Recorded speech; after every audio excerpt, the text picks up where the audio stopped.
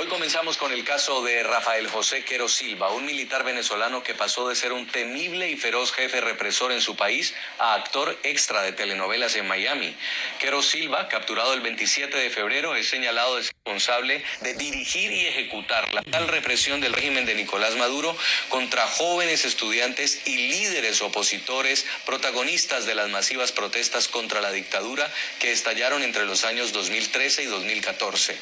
NTN 24 habló con las víctimas de Quero Silva, que comandó desde enero de 2013 el destacamento 47 de la Guardia Nacional Bolivariana de Venezuela en el estado Lara, centro-occidente del país.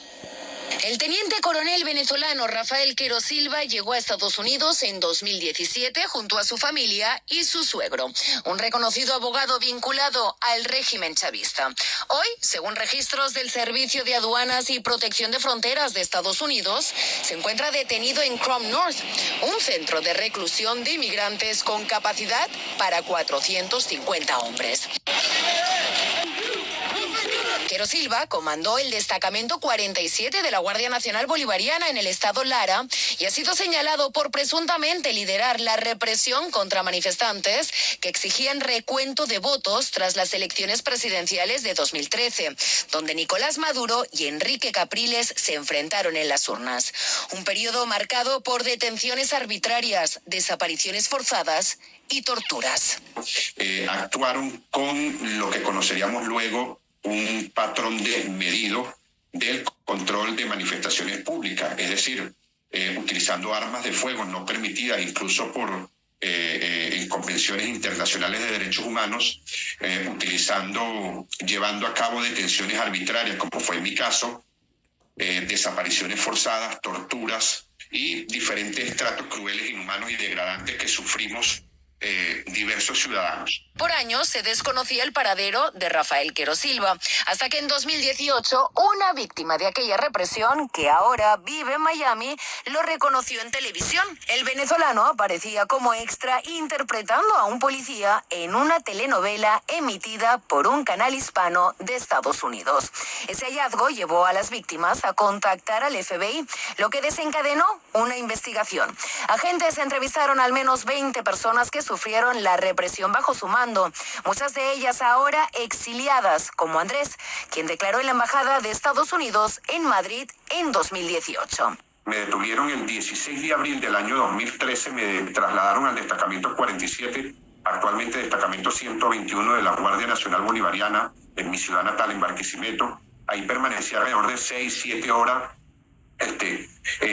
bajo detención arbitraria, sin poderme comunicar con un abogado. Me quitaron el teléfono, el móvil, sufrí golpes y tortura por parte de este militar L. Rojas, y yo pude percatar cómo Quero Silva pasaba y se trasladaba y observaba los vejámenes que nos estaban haciendo los diferentes cuerpos de seguridad, los diferentes personajes de la Guardia Nacional Bolivariana. Miembros de la Asociación Civil Fuerza, Unión, Justicia, Solidaridad y Paz, víctimas de aquella represión bajo el mando de Quero Silva, piden que no sea deportado y pueda ser juzgado en Estados Unidos. Para que no se deporte a este ciudadano, no se devuelva hacia Venezuela, sino que sea juzgado y que la investigación siga adelante en suelo norteamericano. Pero, ¿por qué fue detenido y cuáles son sus derechos? Derecho a la defensa, su debido proceso, va a poder hacer el planteamiento del alivio migratorio que haya estado buscando en el caso que sea asilo. Sin embargo, si se demuestra en el marco del proceso que la persona formó parte de actividades de represión y de actividades de tortura por razones políticas en Venezuela, pues indudablemente eso lo haría inelegible para obtener un beneficio de asilo. Estados Unidos tiene la capacidad legal de juzgar delitos de tortura cometidos en otros países si el perpetrador se encuentra en su territorio. Recordemos las cifras que dejó la brutal represión del régimen venezolano durante las protestas de 2014 contra la dictadura de Nicolás Maduro. Según la propia Fiscalía del régimen chavista, hubo más de 40 muertos, casi 500 heridos y más de 1.800 detenidos. Además, La ONG venezolana Foro Penal registró más de 30 casos de tortura de civiles aquel año y denunció que en Barquisimeto, centro occidente del país, hubo una represión encarnizada entre el 15 y el 16 de abril de 2013.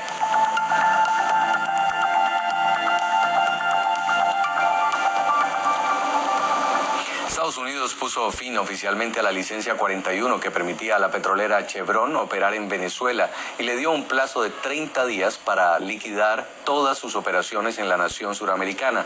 Chevron solo tendrá entonces un mes en lugar del periodo de 6 meses que suele otorgarse en estos casos para cesar sus operaciones en Venezuela. El Departamento del Tesoro de Estados Unidos, a través de la Oficina de Control de Activos Extranjeros, emitió la licencia general 41A, que impide a la petrolera estadounidense cualquier transacción con el régimen de Nicolás Maduro, así como hacer pagos a la estatal venezolana PDVSA. Tampoco se podrán hacer transacciones con empresas venezolanas controladas por entidades rusas o con personas sancionadas bajo las regulaciones estadounidenses, salvo autorización específica.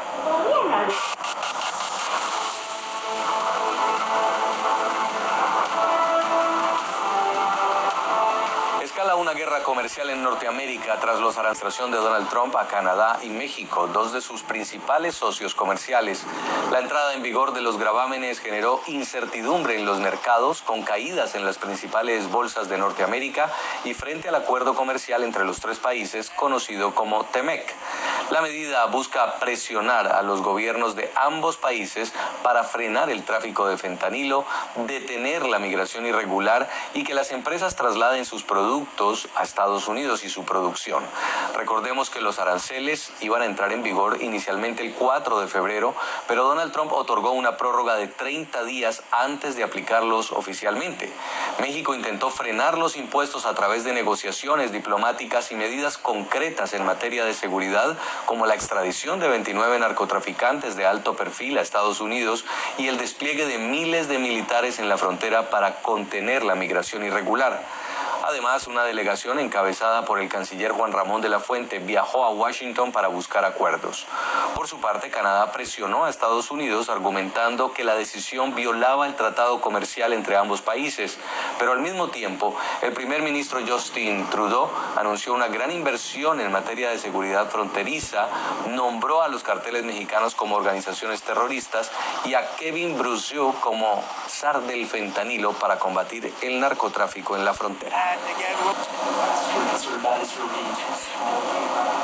La presidenta de México, Claudia Sheinbaum, anunció medidas arancelarias y no arancelarias en respuesta a los gravámenes del 25% que impuso Washington a la importación de productos mexicanos.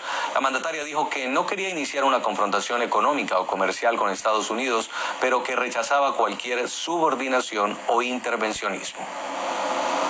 Los aranceles del 25% a productos procedentes de México y Canadá ya están vigentes. Estados Unidos ha amparado la imposición de gravámenes en la Ley de Poderes Económicos de Emergencia Internacional para, según dice, combatir la extraordinaria amenaza a la seguridad nacional. Si bien el presidente Trump dio a Canadá y México amplias oportunidades para frenar la peligrosa actividad de los carteles y el flujo de drogas letales hacia nuestro país, no han logrado abordar la situación de manera adecuada. En medio de la batalla comercial vinculada a los esfuerzos para combatir el narcotráfico, México responderá con reciprocidad.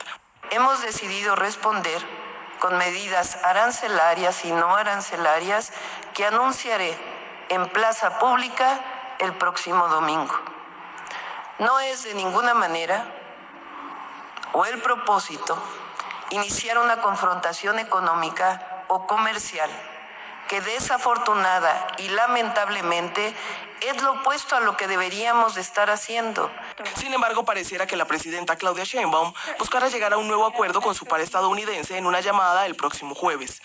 Esta semana tenemos pactada una llamada con el presidente Trump. ¿Qué día? Probablemente el jueves. En el último mes, Trump aplazó la entrada en vigencia de los aranceles tras un acuerdo que incluyó el despliegue de 10.000 militares en la frontera con Estados Unidos para frenar el tráfico de drogas. México y Estados Unidos tienen una de las relaciones comerciales más estrechas del mundo, pero no es la primera vez que tienen un enfrentamiento arancelario. En 2018, bajo la primera administración Trump, también fueron impuestos aranceles del 25% al acero y 10% al aluminio mexicanos. El entonces mandatario Enrique Peña Nieto respondió con reciprocidad del 25% al acero, carne de cerdo, quesos, manzanas, papas, arándanos y bourbon estadounidenses. Pero gracias a un acuerdo en el que México se comprometió a reducir los cruces ilegales hacia Estados Unidos, Trump dio marcha atrás a sus planes en 2019. Más tarde amenazó con imponer gravámenes aduaneros a todas las importaciones mexicanas, con un posterior incremento gradual hasta el 25%. Con el compromiso de aumentar la seguridad fronteriza y contener el paso de migrantes indocumentados, la amenaza no fue materializada. Y Canadá respondió de forma recíproca. Anunció que aplicará de forma inmediata aranceles del 25% sobre 30.000 millones de dólares canadienses de importaciones a productos estadounidenses. Aranceles sobre otros 125.000 millones de dólares en productos estadounidenses serán impuestos dentro de 21 días. El primer ministro Justin Trudeau aseguró además que su país presentará demandas ante la Organización Mundial del Comercio y el TEMEC contra Estados Unidos por la imposición de aranceles al comercio canadiense. Hoy, los Estados Unidos lanzaron una guerra comercial contra Canadá, su socio y aliado más cercano, su amigo más cercano. Al mismo tiempo, están hablando acerca de trabajar de manera positiva con Rusia, apaciguando a Vladimir Putin, un dictador asesino y mentiroso. En el momento, los aranceles de los Estados Unidos tomaron efecto desde esta mañana, al igual que la respuesta canadiense.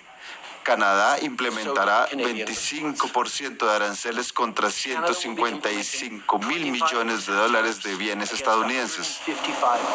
Y tras conocer la respuesta de Canadá, el presidente Trump amenazó con seguir subiéndole los aranceles a su vecino del norte. Explíquenle al gobernador Trudeau de Canadá que cuando imponga un arancel de represalia a Estados Unidos, nuestro arancel recíproco aumentará inmediatamente en una cantidad similar.